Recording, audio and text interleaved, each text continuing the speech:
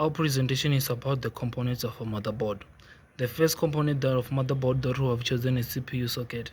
A CPU socket is central processing unit.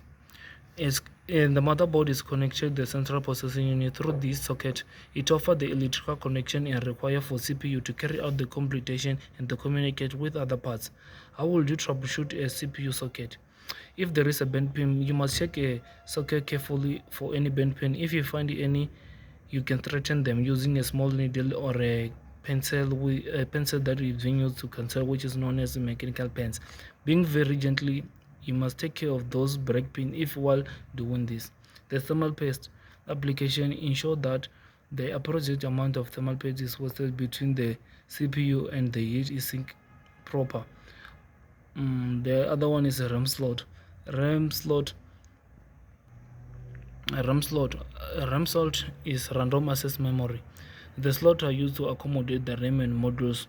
The RAM provides a temporary storage and the computer is actively working, allowing the fast access and other type of storage. The motherboard is typically multiple RAM support to different capacity and type of RAM.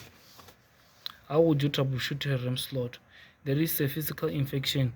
Please ensure that the expansion cards are properly seated in the spot. Check for the loosened connection and the bent pin or any other visible damages. Device compatibility.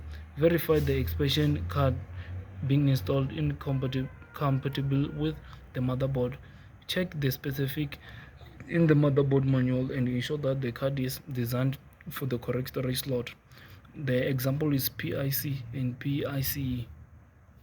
The I/O ports will remain for input and output ports.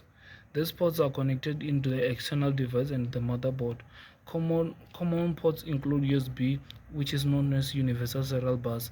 Is ports used in ports for connecting a peripheral, audio jack, and other devices. Ethernet ports for network connection.